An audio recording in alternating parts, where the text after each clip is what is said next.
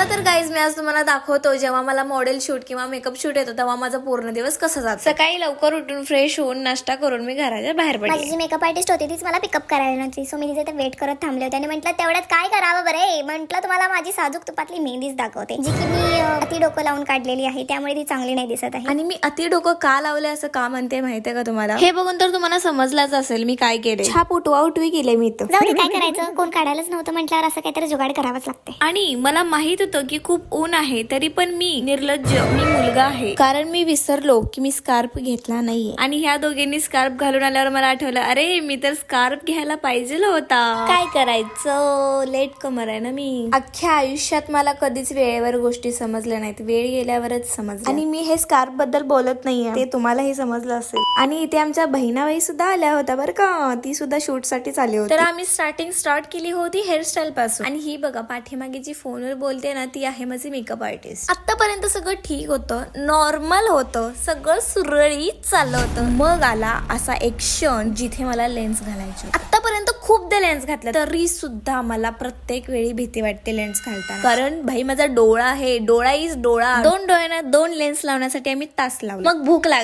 लागल्यावर आम्ही खाला चिकन रोल.